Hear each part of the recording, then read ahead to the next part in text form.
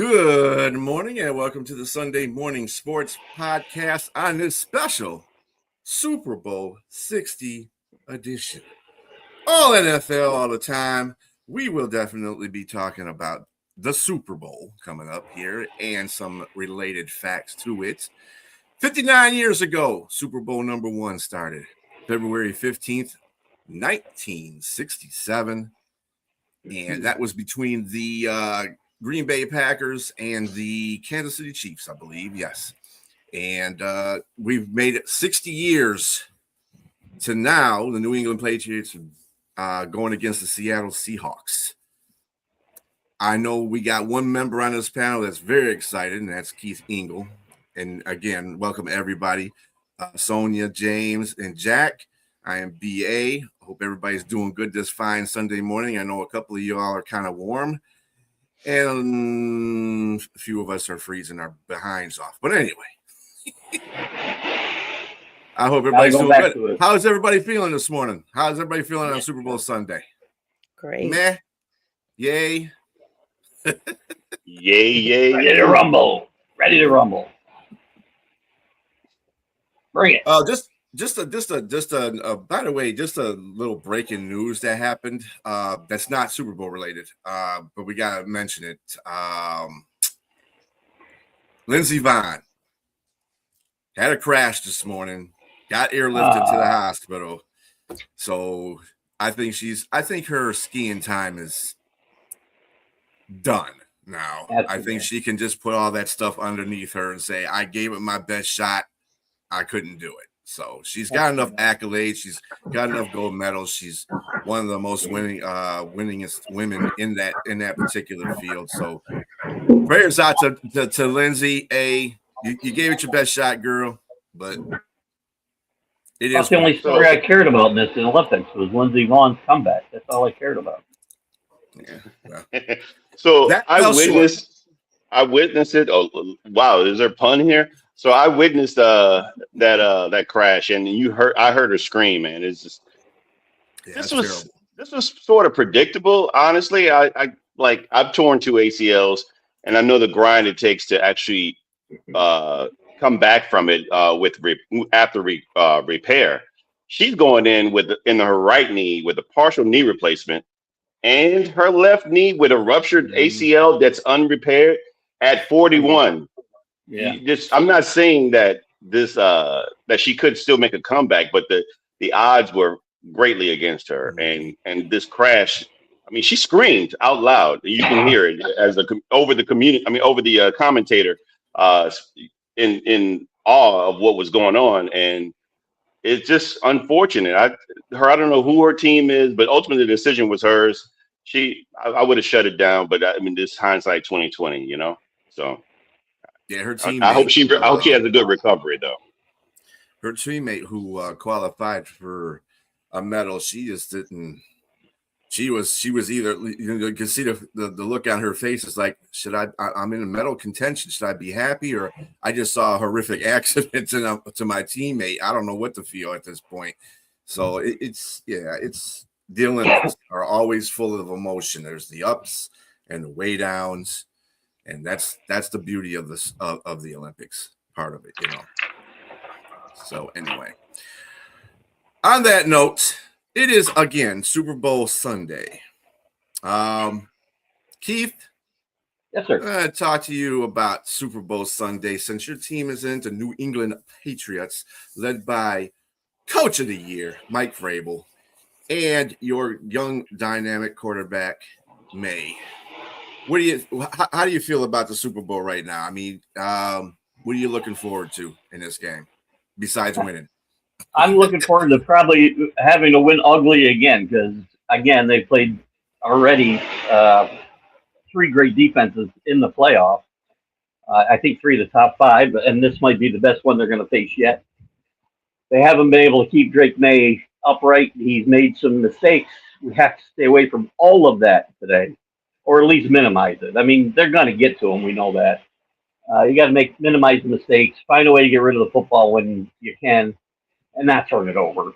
Run the football, minimize mistakes, and get to Sam Darnold on the other side. You got to get in his face, and they've done that in the playoffs with quarterbacks and rattled them. And as well as Sam Darnold played, and I give him credit for how he played in the NFC Championship game, you can still rattle. I still believe you can rattle Sam Darnold, and that's the Patriots' path to victory. I think it will be, if they win, it will be an ugly football game. Of course, if they lose, it'll probably be ugly as well because They lost, right? it could get ugly for them if they were to, start turning the ball over. I don't see that happening. But this, as good as these defenses they played, I don't think any of them are as good as this one.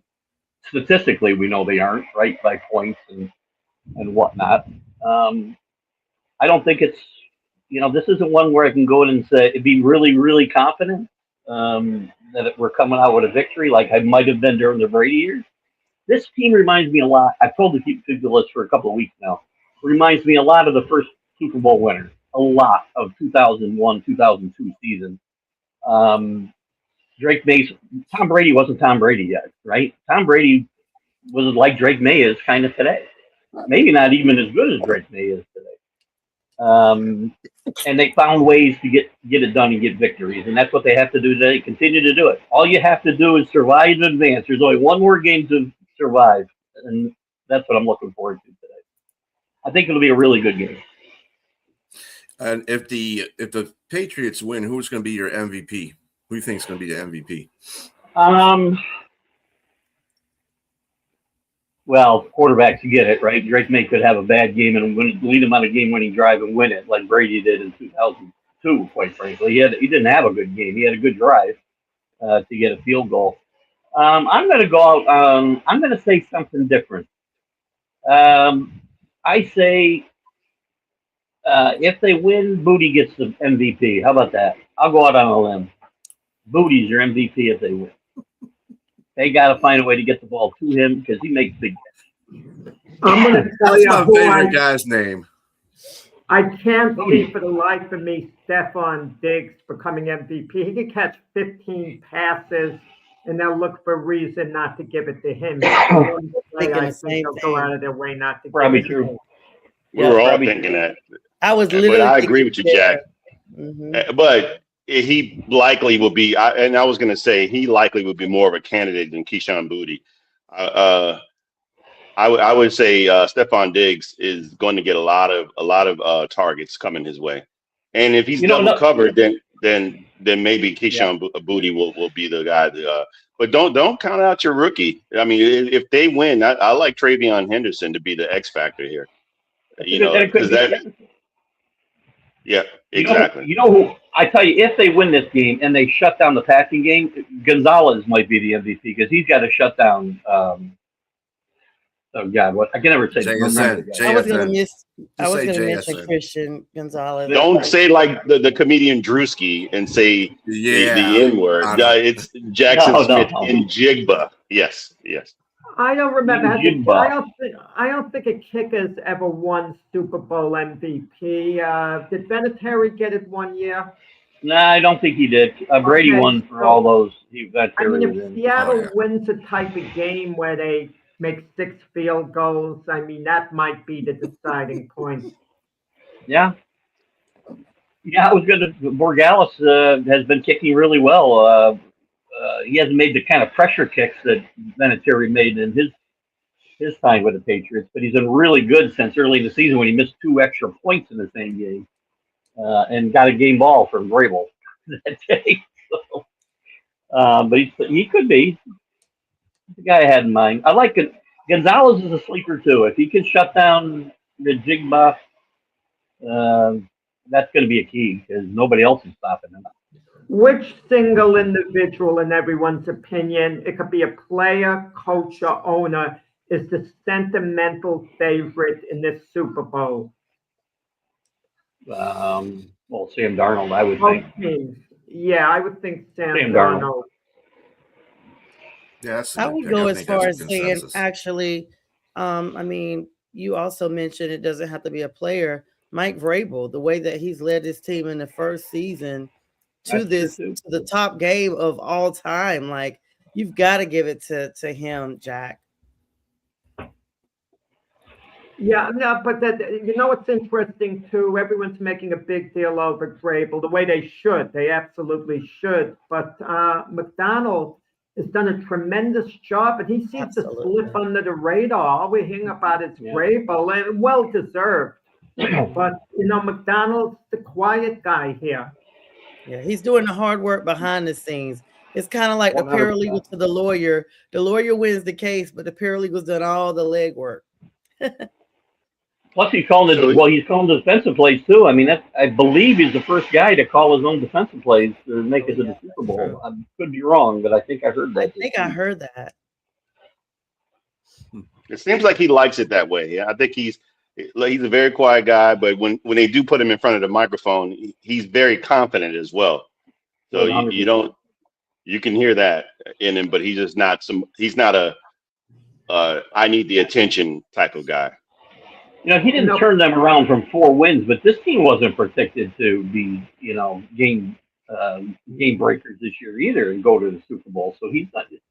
You talked about Vrabel being the coach of the year, and any one of 7 or 8 guys could have won it this year, and I would not have argued if they got it over Vrabel, quite frankly. Yeah, even the coach that they're coaching against could have won it. I mean, absolutely. Nobody thought. I didn't think Seattle was going to get to the Super Bowl. I didn't even think they were going to finish, where they did in their division. I thought they're going to be last, but they. Yeah. I guess it could have went either way. It's kind of like Minnesota last year. I feel with Sam Darnold. I said Minnesota could be a good team with him, or he could be Sam Darnold of the past and lay a flat, you know what I'm saying? And this is the same thing with Seattle. I went with the under because, I'm just a little bit of a caution. Sam Darnold was much better the first half of the season than the second half of the season. He was great the last game. So he's been good in the playoffs. But I think we tend to look at the big picture more than we should in a game like this. It's how a team has been playing lately or the second half of the season and judging them. I mean, the Patriots got off to a dreadful start. I mean, it's hard to believe that the Patriots actually lost to the Las Vegas Raiders in the opener, the same Raiders that have the first overall pick in the draft. So when you compare defenses, Seattle's and the Patriots, everyone's talking about Seattle's defense. I mean, I can make an argument the Patriot defense is just as good at this point. I would agree. Yep. I mean, if you look at their rankings, they actually have higher rankings in the top 10 for their defense than Seattle. I think they're behind Seattle in points, which is the real one that matters to me, right? But not far. Seattle's number 1. They're 6th best in the league, so that's not terrible. And as Jack said, they've been getting better though. As the season's gone on, since they got, good grief, my big guy in the middle it's terrible when you're on vacation because your mind goes to mush after a couple weeks. Come on, who's my guy? Williams? Leonard Williams? Sorry? Oh, you mean your guy? Your guy? My guy. My guy. Oh. Came back in week 17. It'll come to me. But anyway, since he's come back, that defense has been outstanding in the end of the regular season and through the playoffs. They've been all over quarterback. Justin Herbert probably just got out of the hospital from that game because he got the snot beat out of him. So did C.J. Stroud. And, whatever, with the other guy that I told you wouldn't play any good. And threw 2 good passes that game in Denver. But this defense has been really, really ramping it up. And I agree with Jack. I think they're as good. I'm not going to say they're better. I think they're as good as Seattle as we speak right now. Now, another question. If one team is to win in a rout, I don't think anyone expects it, wins by 24 points, which of the 2 teams is most likely to win really big if such a scenario takes place? In all honesty, I would say Seattle. Yeah, I agree. Is more likely. If it gets ugly. If it gets ugly, it would be Seattle. It gets ugly, yeah. So it's going to be on Darnold's shoulders because New England's run defense is probably top notch. It's probably up there a little bit higher than Seattle's. and not having Charbonnet is going to make a big difference here. I mean, and Kenneth Walker's been on the tear. He's had 256 total yards in the playoffs, a few TDs, and he's definitely going to face a front unless Darnold can, they can get some run and he can get play action. But Darnold, like you said, Darnold played a great game in the NFC Championship, throwing for 343 yards and 3 TDs. That's nothing to sneeze at going up against Los Angeles' vaunted defense, their front four. So I agree, you guys got to really get after him. I agree. And as well as he's played, though, I still, if I'm the defensive game planner here, I got to make him beat me. I have to make him beat me. And it might backfire, but that's what I got to do. What's possibly revealing, years ago when Darnold was the Jet quarterback, he had this one game against the Patriots where Darnold was completely lost. He admitted, I had no idea what I was doing out there. Was Grable affiliated with the Patriots at that time? I believe Vrabel had already moved on. He'd retired by then. Yeah. I mean, but is that carryover? I know Josh McDaniels is the offensive coordinator, but is there any carryover with the coaching staff to know what to do with Darnold? The same formula would apply, kind of like the Darnold rules. Do certain things from the throw him off. I would not think there's a single guy in that defensive staff that was on that staff that night when he was seeing ghosts. I would think they're all gone. And also, I would think that you're not seeing the same Sam Darnold either. Someone that can actually. He's not on the same team. It's a whole different team. Yeah, we'll talk about a full circle moment with him being now you guys' opponent, Keith. Of course, there's been some rumblings throughout this week about Drake May battling this throwing shoulder injury. We saw him go down in the championship game from this big hit. And you mentioned early on about keeping him upright. You got to make sure he's definitely upright because you don't want to aggravate something he's already battling with going into the big game. Have you guys actually addressed that this week verbally, through some of the coaching meetings or whatnot? Have you heard anything about what they have plans in place to kind of reinforce that? Or if he's actually being still treated for that? Because we know at least one day he didn't practice to try to preserve the soreness there, try to keep it from being as bad. Yeah, they haven't talked a lot about it specifically, which you're not going to do. But I would expect them to be in more max protect formations, let's say, than normal. But the problem is, it's not just keeping him safe in the pocket. He's going to run, and he's going to get hit. And if they lose, he's injured. That's not an excuse for me, right? You got to play through it. You got to figure out a way. It's the Super Bowl, and if his shoulder's hurting him, you'll never hear me use that as an excuse that they should lose today.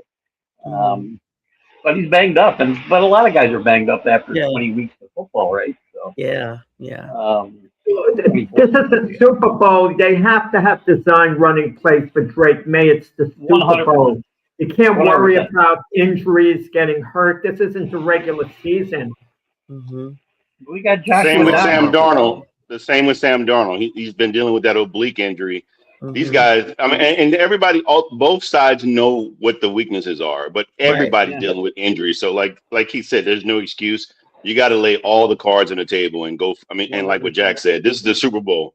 You got to play to win, because there's no second chances after this. It's over. Yeah, but I was just thinking, kind of like in the design runs that they were getting for him. Make sure he's still protected as much as possible. You don't want to make it worse. You want him to play the way he already is as much as possible because he is banged up. Everybody is, but this is your leader of your team. So you want to make sure that you got these extra reinforcements in. That was my point. And he does every now and again to make a big faux pas when he's under pressure, right? Drops a football, makes a bad pass here and there because he's a young quarterback. That he still makes those mistakes. You gotta protect him for that reason as much as the injury too, because you don't want him making that big mistake at a crucial moment. They've got away with a couple in the playoffs where he turned the ball over in really bad spots and left the defense with a short field, and you don't want to do that today. I mean, that could be bad. An interesting question. Of the two quarterbacks, which one is more likely to get flustered under extreme pressure?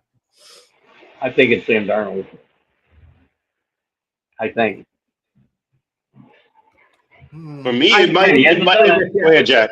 Go ahead, Jack. Because Drake May would take off, he'd use his legs, he'd run, he'd get flushed out of the pocket. Darnold would more likely throw the ball somewhere. 100%.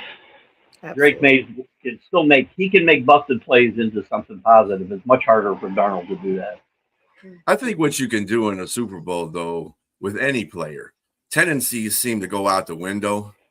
I wouldn't be surprised if Sam Darnold did his best Drake May impression and ran out of the pocket. It's a Super Bowl. Players play out of their minds in the Super Bowl. I mean, you look at Jalen Hurts. That's a prime example. Dude doesn't do nothing during a regular season. But he gets in the playoffs and he gets in the Super Bowl, that dude turns to a whole different player.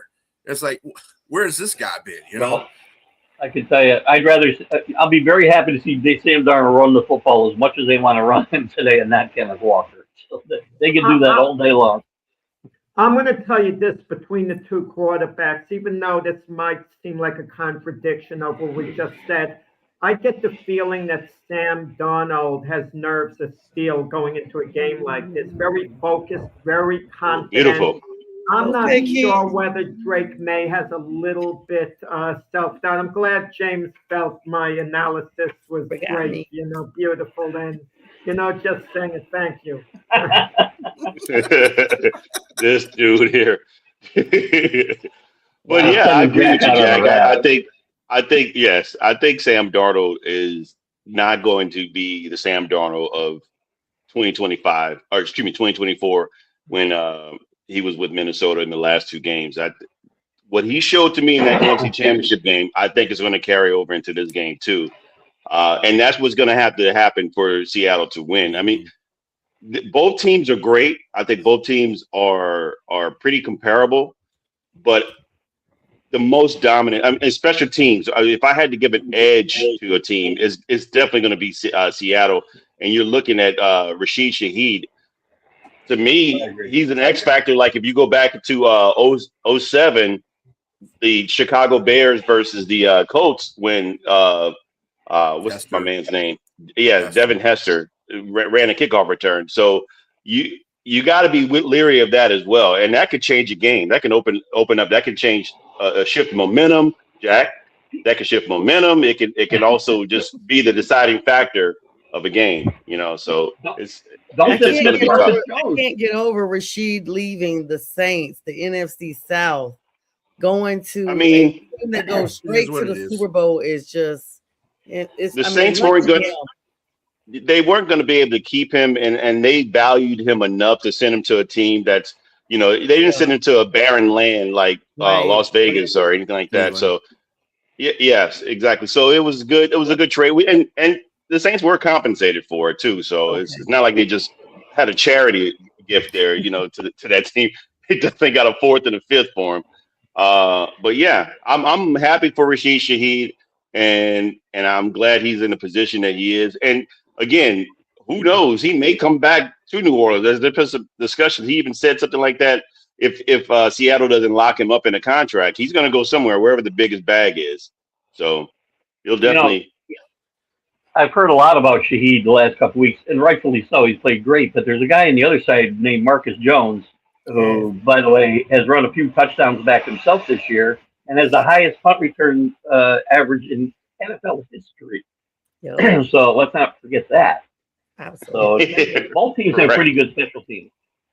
I do give the Seattle a little bit of an edge, though, I think, on the special teams side. Because of the defensive special teams are good, too. Keith, I mean, you're on your cruise now. You're not anywhere near the New England area. But what do you think the feeling is about Tom Brady's original remark, not having a dog in the fight? So when I have mixed feelings on it, let's put it in reverse. When Brady was quarterbacking the Tampa Bay Buccaneers before the Super Bowl, imagine a poll of New England fans saying they couldn't care less whether Brady won the game with Tampa Bay. I guess his feelings would have then been hurt.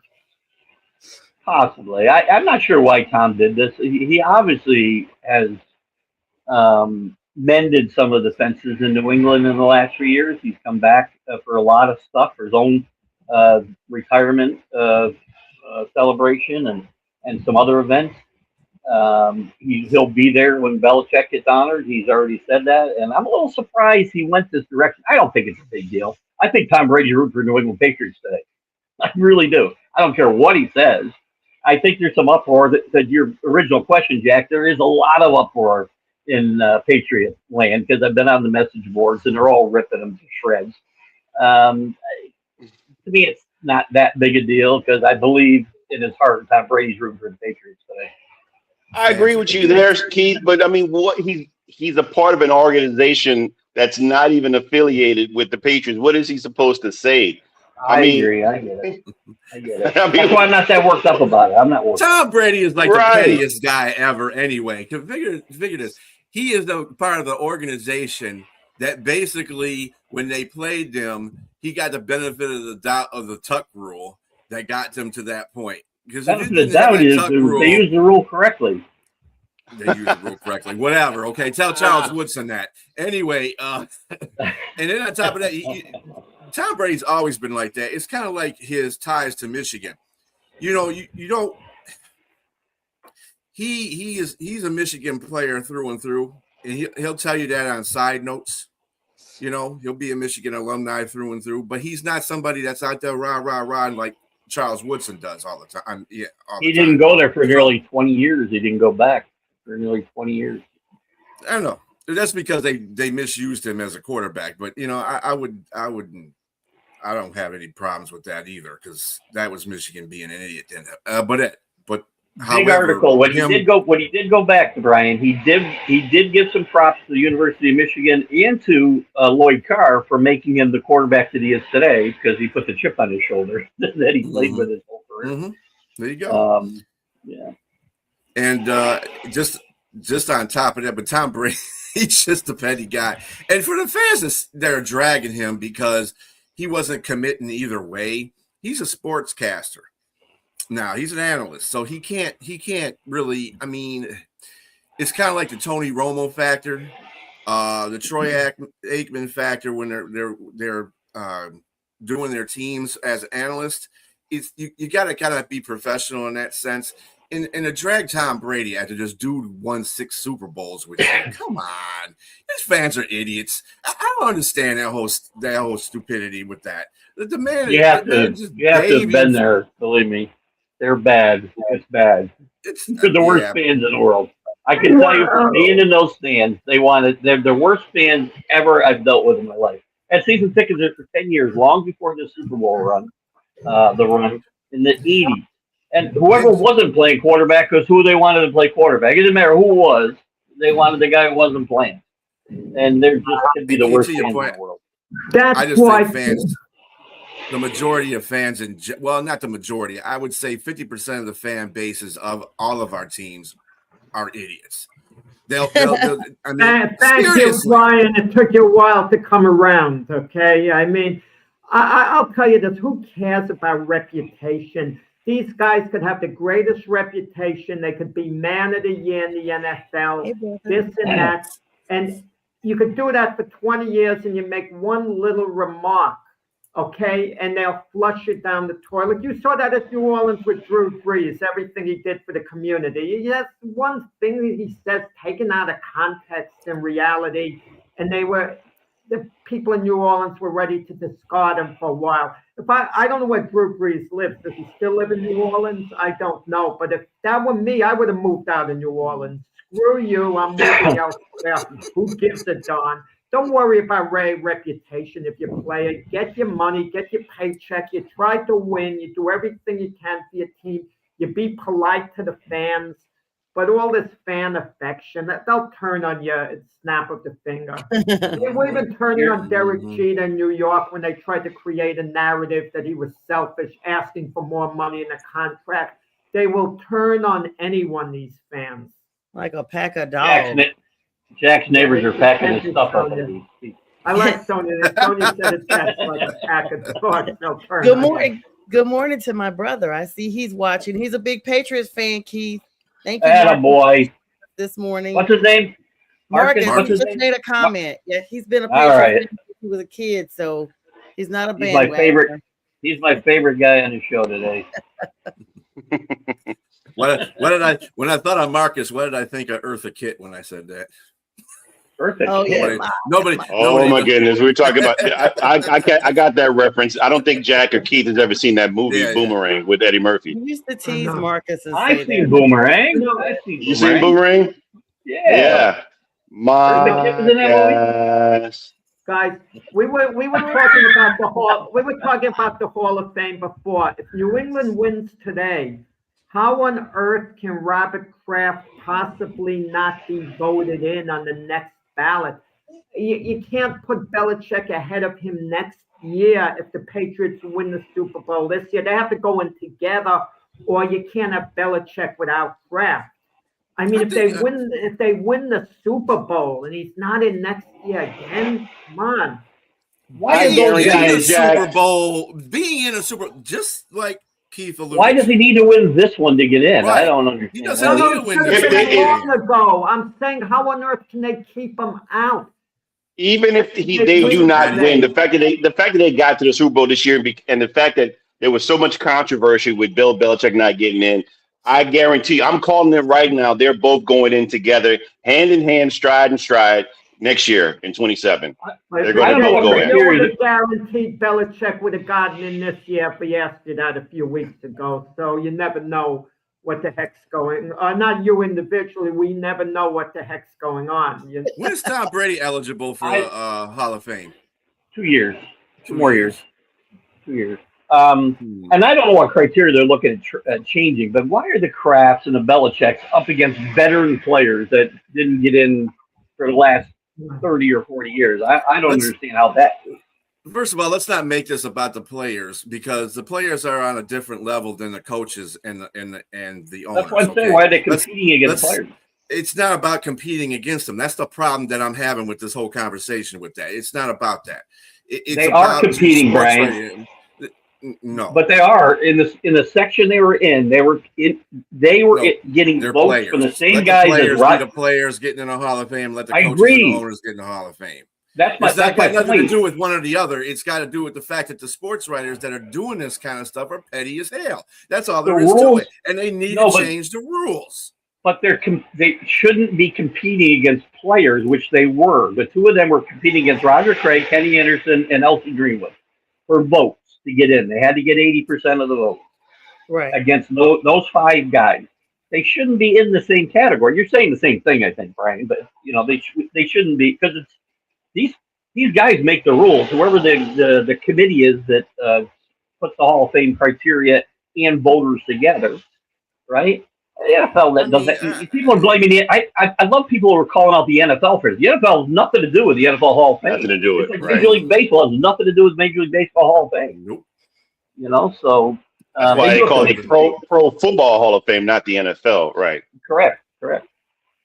Yeah, they just need a whole new way to do this Hall of Fame. That's all they need to do. I agree. One of the things that took place, the forgotten man of today and all this, is Gerard Mayo, who was the coach last year, and Robert Kraft moving on from him.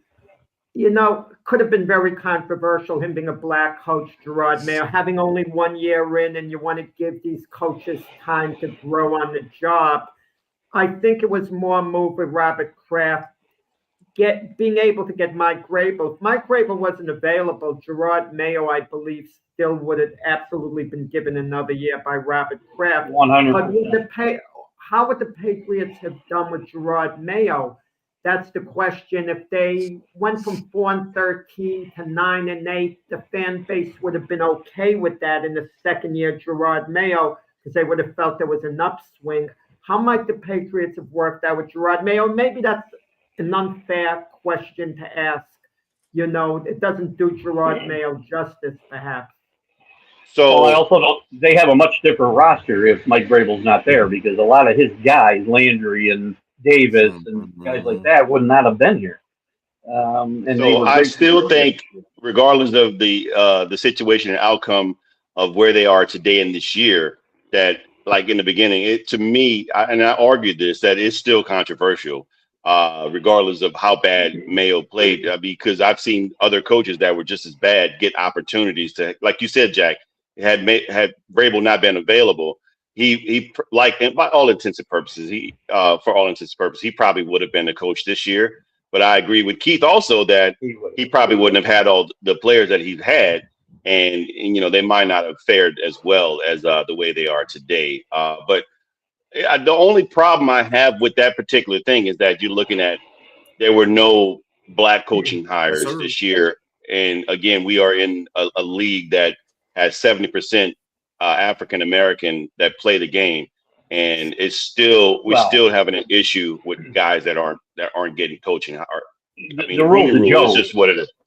It's a joke. The Rooney Rule's a joke. Look at the Patriots, and again, I'll call them out on this. When they hired Mike Vrabel, they brought in minority candidates that they would never have hired in a million years. There were guys nobody else was even interviewing. So it's they made a lot. It's just to say that they met the requirement of what the rule is to bring someone in just to placate. So they say, hey, let's check this box. We actually did this. And now let's go ahead with our hire. I mean, we see it across. They didn't even make it. To me, they should do away with the Rooney Rule because the case in point would be Jerry Jones. Jerry Jones hasn't hired a black head coach. He's the owner. That's his right. He could hire whoever the heck he wants if you're owning a team, whatever. You can't force a coach on an owner. But why have the Rooney Rule? And it's demeaning to the guy being interviewed. Unless he feels he can come up with such a good interview, it might get him another job in the organization, which means money and security from down the road. But I think the Rooney Rule was a good idea when it first started, but it's run its course. It really has. He's figured out how to get around it. You can't force an owner to hire a particular coach. I'll tell you, I've never seen a team more blatantly flaunt the Rooney Rule than the Patriots did last year, though, because I can't name. I guarantee you, nobody on this panel. I'll look it up. Can name one guy that was interviewed. None of them have ever been interviewed before, and none of them will ever be interviewed again by an NFL. But I don't blame Robert Kraft. He got his guy in Mike Vrabel, the best. I understand. I mean, I'm only talking about the rule being a joke. Yeah. That's all I'm talking about. Listen, I guarantee you what I know about Bob Kraft. He is not happy that he had to let a good, loyal soldier like Jordan Mayo go. He still feels bad about firing Pete Carroll 30 years ago. So I guarantee it wasn't easy for him to do, but he knew he had to move on, and he only have one shot at it. With the Rooney Rule, I would just focus on a handful of organizations that haven't hired a black coach, like the Cowboys, the Giants, and investigate, well, what's the reason you haven't done it? If you have a great candidate like Mike Vrabel, you hire Mike Vrabel. That's your guy. You're hiring the best possible guy. But some of these other hirings like Brian Schottenheimer, they don't exactly bowl you over. Not that he's not a good football man, Brian Schottenheimer, but come on. I mean, but Jerry Jones, hasn't. The Giants haven't. There's some other teams that haven't, and it should be looked into the reasons why. This is where you look at society now. I'm going to say this is where you look at society now. And it's not in the situation where we're looking at civil rights issues that were in the 60s, 50s, and 60s, where actual people, their livelihoods and their lives were at stake, and people actually had to boycott. So these guys are too comfortable now to even attempt to do something like that. When I say 70% of the league is black or African American, you can't look. Let me finish. You can't figure a way to say, okay, potentially, I'm a smart enough guy. When my career is done, maybe this is the direction I want to go in. But if I'm going to go into this direction, is this how it's going to be? I mean, is where I'm a candidate to get in line for the job, but I'm never going to get an opportunity because they're going to hire. It's a spoil system where they're going to hire who they want in the system. And I hate to say this good old boy system. These older guys. I think when younger owners come into play, the things might change. You might look at people looking at, okay, I'm going to hire the best candidate. I'm not going to, regardless of color of skin, regardless of who I know, I'm going to hire somebody that suits the job, that fits the job, regardless of the color of your skin.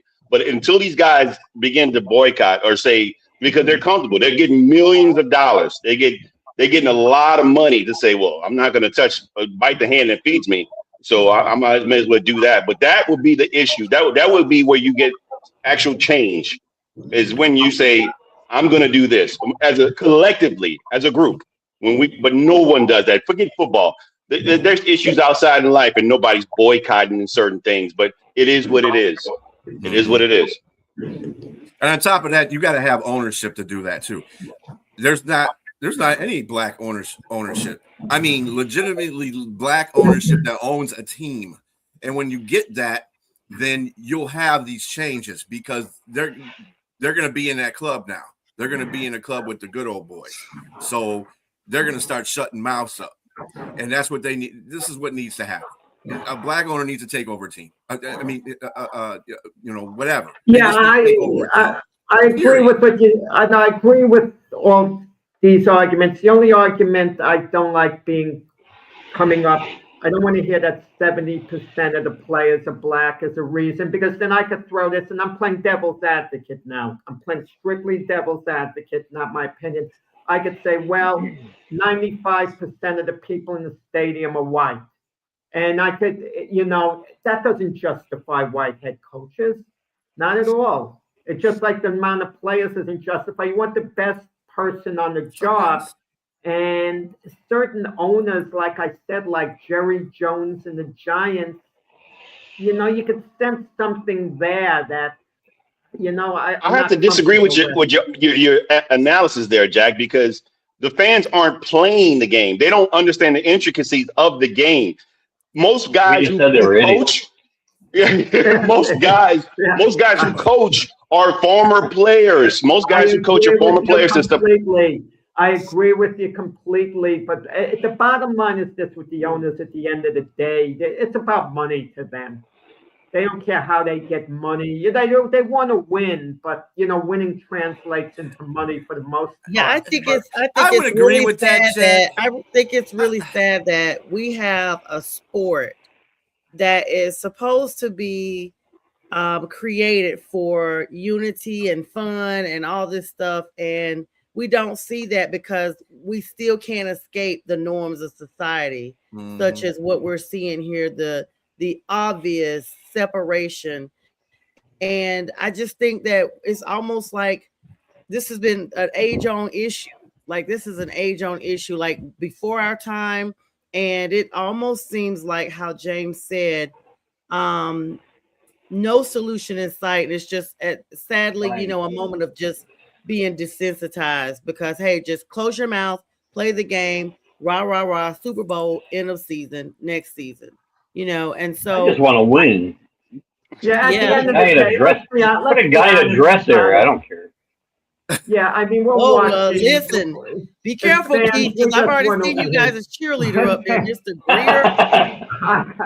I got with the Jets a 1-year coach who's black, Aaron Glenn, and what can I say? It hasn't worked out, but it's good.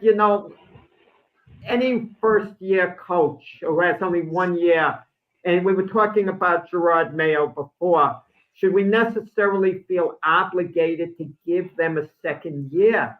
If they're not our guy, isn't 1 year it might become apparent? Sometimes you don't want to move on too quick. Well, stop putting minority coaches in the area where they're playing on a bad. I mean, they're coaching a bad team. This is always what happens. Coaches. He's not going to go. Always happens. Let's coaches go to bad teams. Let's have a head coach that coaches a bad team. I mean, Pittsburgh is the outlier. The outlier. But Tony Dungy.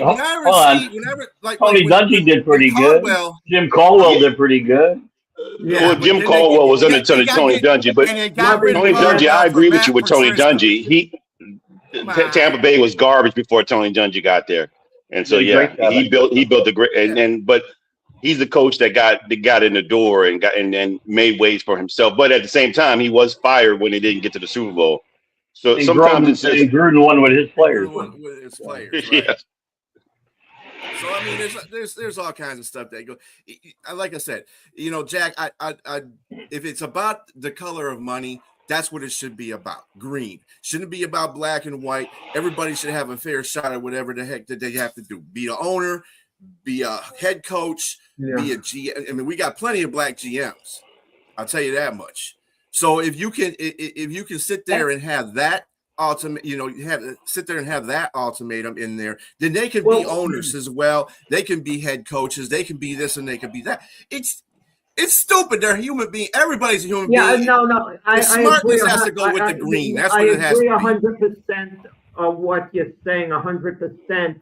But getting back to the original thing we talked about, then we maybe wrap it up. The Rooney Rule.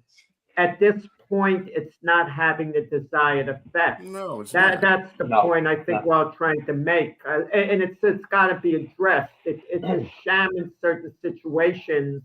Like New England, we knew they were going to hire Mike Vrabel. So to call guys in for interviews, Don't forget, they also bypassed the whole rule when they hired Gerard Mayo. They didn't interview anybody. Black, white, or green. They didn't hire any. They didn't interview anybody else because he was designated as in his contract that he'd get the job. Right? That's not in the spirit of the rules either, by the way. So they did it twice. And as Richard, as far as Mike Flores biting the hand that feeds him, it's not biting the hand. If he feels he was unjustly, served, if he's unjustly served, because he's got the right to do that. That's his right. I mean, if the NFL is going to act like a bunch of boobs and not let him have a head coaching job because of that certain situation, then that's too, it's idiotic to me. Well, Brian Flores did it to himself. Now he's the one. No, he didn't do it to himself. Oh, absolutely. The owner's a bozo. You're suing the owners. You're accusing them of telling it to tank games. You're accusing them of something they do on a normal basis, Jack. That's the point. I like Brian Flores refused to tank games. That's why he got fired. Exactly. There's a good chance I would hire Brian Flores because I think he's a heck of a coach. He's like the Miami head coach. I mean, but Brian Flores got fired in Miami because he wouldn't tank games. That's why he got fired. He's a defensive coordinator for the Vikings. So Jack, he wasn't supposed to say anything. He wasn't supposed to say anything about what happened. Nothing. He did not get the Giant job. He was disappointed at the job he wanted. No, the fact, first of all, how is he finding out that he didn't get the job by Belichick texting him the wrong person? How is that? How does that even happen? He has a right to be upset not getting a job. I mean, we don't know Belichick. How he found out? Hold on, Jack. Hold on. How he found out was egregious. Bill Belichick accidentally, and I think Bill Belichick was not. I think he didn't accidentally text the wrong person. Him and he went under. I guess Brian Dable when he got the job, he meant to text him, but he texted Brian Flores and said congratulations. So if I find out that you're texting me that I'm not getting, I'm thinking I'm getting a job here, but you're texting the wrong person. How do you know that? Right. How did you get this information? Right. That tells me that this is a system that's set up. Hey, I forgot about I that. tell you something. I kind of want to wrap this up so we can get to what we feel, who we feel is going to win the game. For the last 10 minutes. There's a game today. I think this is obviously an appropriate comment, being the fact that it is Black History Month and we're having this conversation. So I mean, it fits in well. It fits in well. And like me, I'm gonna tell you something. Me personally, I don't believe in Black History Month because Black History Month is 12 months, 365 times a year, 24/7. So that's me. I grew up in that kind of thing. So it doesn't make a difference to me. But anyway, last 10 minutes. I want to hear from everybody who you think is going to win this game. Sonia, you're first. Seattle or New England? Who you got? And who's your MVP? Unfortunately, Seattle will probably win. My MVP will probably be, because they normally take it from the winner, right? You never have an MVP from the losing team. One time. Chuck Howley. Yikes. Who was that? Chuck Howley. I think Chuck Howley was the only guy to get it from the losing team. Dallas Cowboys against the Colts. Check me, Jack. Yeah, all right. So that was Super Bowl 5, I think it was. Yeah, it was. Let's be clear. I want the Patriots to win, but because I know Statistically, they may not. I'm sorry, Keith. The MVP would probably go to JSN, in my opinion, for the winning team. But I hope the Patriots win. I hope I'm wrong, Keith. Go Pat. Me too. All right, who you got, Keith? I like Seattle as well, and here's not. Well, I've pretty much given my entire analysis of why I think how this team will win today, and I like the Patriots. I keep every time I think it'll be an ugly game like we've seen the last 3 playoff games for the Patriots, and winning ugly's fine. Again, it's all about who wins. That no style points anymore or ever. It very likely could turn into a shootout because I think it's going to be so ugly. If Sam Darnold plays well, then Drake May's got to play well. And it can't be an ugly football game if Sam Darnold plays well. But that said, I think the Patriots win this game 26-24 on a field goal by Borregales to win the game in honor of Vinatieri getting in the Hall of Fame. We're doing such things as that. My MVP, I'm going to stick with Kayshon Boutte. 2 touchdowns, 2 big touchdowns today for Boutte. And maybe a close second, Gonzalez shutting down the aforementioned JSN somehow. Not sure how yet, but there's my pick. Who you got, Jack? I think the Patriots have better individual pieces than Seattle. I mean, we think of Seattle as a unit, but I like the individual pieces. I like the Patriots 23-17. I think Stephon Diggs has a great game, but Drake May gets the MVP, and then we're going to hear the racial angle involved because it should have gone to Stephon Diggs, and then the NFL is going to have to answer that.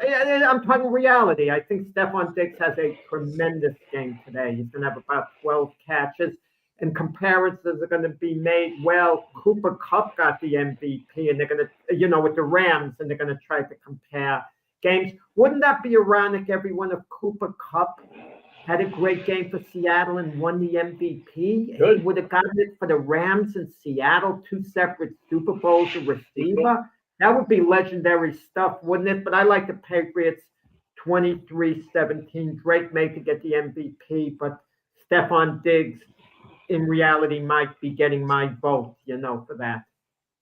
Just real quick to Jack's point about Drake May, he could go 1 for 20 to the fourth quarter. If he leads them on a touchdown winning drive, he gets the MVP. That will happen. And I want him to as well. Carolina guy, love him. Of course you do. Anyway, Jack. Maybe I'm the lone. I need a cowboy hat and a mask because I might be the Lone Ranger here. I think that Seattle is the team to beat, and it's going to be a high-scoring game. I think it's going to be. I think both defenses are great, but I think the offenses are going to really towards the latter part of the third and fourth quarter are going to bring it on. And on Friday night with the fellas, I definitely picked Seattle to win a 38-28 game, but I'm not going to say it's that far. I'm going to say a closer game in 38-35, and I'm picking Seattle, and I think Sam Darnold. I think the team that turns the ball over will be the team that loses, and I may think that Drake May might have a couple in him, but I don't understand why they're looking at Jackson Smith and Jigba as the only weapon on that offense. Rashid Shaheed caught a 50-yard bomb against a great defense in the Rams, and you also have Cooper Kupp, as you mentioned, Jack. Cooper Kupp, he looks motivated as well, and then of course they got a running game with although they're missing Zach Charbonnet, they do have Kenneth Walker, and I think this is going to be the game, and the MVP will be Sam Darnold. I'm gonna go with Richard said. Exercising ghost. I'm gonna go with Sam Darnold. Yeah, you're not a Lone Ranger. I said Seattle. I just don't want them to win because I agree with Steve-O. I don't want Seattle celebrating in their divisional rivals locker room. Like that's blasphemy. Who cares? Let's go, Pat. Nobody cares about that. That's that NFC West hate. That's what I would care. Anyway. I would personally care. I don't want nobody from the South playing in our stadium, which I never have to worry about and celebrate it. You gotta beat them. You gotta beat them. It's just you gotta beat them. as I Stop am. them doing. It's petty like I am. It's kind of like I don't want to. If an NFC North team gets into the Super Bowl, if it ain't the Lions, I don't want them to win. Screw it. I want the AFC side to win. Exactly. I follow my money. I will always will want the NFC to win, unless it's NFC North team. That's not the Lions. Yep. Sonia stole me a spreadsheet of all the teams and people she hates. I have to have that spreadsheet. I can't keep track. I've already scratched Patriots. The Patriots name was on that list, but I've marked through it since you guys made a Super Bowl. Well, it'll be back next year. The pretty sports lady will have to call you the petty sports lady. Yes. Yeah, like I think Pink Fan Fur gave me the name the pretty sports lady, so it's on TikTok, but I'm gonna take the R out. I mean, it both fits, but you know, at this point, it's the petty one. Yeah, the petty sports lady. I think I may change it. I'm gonna tell Pink. Well, my prediction is that Seattle win, and like James said, it will be a high-scoring game. Hey, look at it like this: New England. This is going to be the best weather New England's played into the playoffs right now. That's a good point, Santa Clara. And I think being that the NFL is, turning to the offensive minded, and we try to get some defense in there this year. I really thought that the defenses. We played homage to a lot of the defenses in the league that played really well. And I think that buck stops here, though. This is the Super Bowl. And I believe that Seattle will win like 30-27. My MVP of the game is going to be Kenneth Walker Jr. because I think that he has got some of that spurt in him that he had in his rookie year. And he's just turned on a different notch right now in his contract year, too. So. Don't forget the comment. Don't forget that last comment that just popped up. And that's just they left cigars in the locker room last time. Hey, they could have left bottles of wine there. I don't know about the cigars, but the bottles of champagne would have been great to leave behind. Yeah, but it was for them, not for them. It was for Seattle. That's horrible. That's the NFC West NFC West hatred. That's all that is to it. I'm sure Carolina's, that division, you had the same thing happen there. New England's division had the same thing. Jack, you and Keith have the same division, so I'm sure they. I follow them. If my team's not in it, I follow the money. Whoever I bet to, I root for. Oh, wow. It could be the Jets. It's not likely to be the Jets, but it could be the Jets. Yeah, I never know for sure who I'm going to be rooting for if it's not my team till the game is played. But right at this moment, sorry, Keith, I'm kind of rooting for Sam Darnold, former Jet, likable guy. He wins today's game. He's stamped in a good way forever, no matter what he does. I agree. Come back for real. Come back. And regardless who wins or who loses this game, I hope it's a very good game. I hope it's not one of those boring games that we've seen before in the Super Bowl. I hope everything, works well. I hope the whole game goes as planned. I know a lot of people have differences about the halftime show. Just enjoy, and the commercials are going to be. I hope the commercials are good. They're starting to get a little bit pasty. I won't get them here. We don't get the commercials here. Well, you might be fortunate in that event, but anyway, depending on the commercials. But just have a good time. Have even if you're by yourself, have a good time. Buy you a pizza, whatever. Have some snacks out there. Watch the game. Last game is the last game of football for a few months. So enjoy it. Enjoy it, no matter if your team's in it or not. I can guarantee you one thing that'll happen today. The opening kickoff's going to get run back for a touchdown because I'm in a 60-minute pool where you get paid every minute you have the right score. I have 0-0 to start the game. I guarantee you there'll be an opening kickoff and I won't make a nickel. And hey, Keith is keeping up with the NFL tradition of the betting game. That's the big gotta bet the part game, man. I'm on the Patriots. I got a futures know. bet on the Patriots. I got the game bet. I got a lot going on today. See, There you go. NFL would be proud of you, Keith. And I don't want any money. I want the trophy. I don't care about the money. Well, yeah. I'll go to work and make more money. Oh, I don't work anymore. That doesn't work.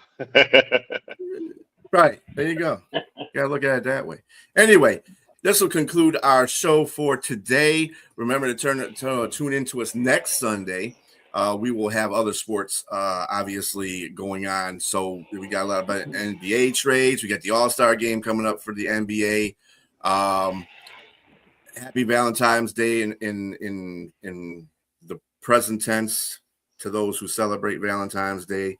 Other than that, keep watching our network. We're going to have plenty of shows on for you. Everybody have a great Super Bowl Sunday. Peace Go out. Pat.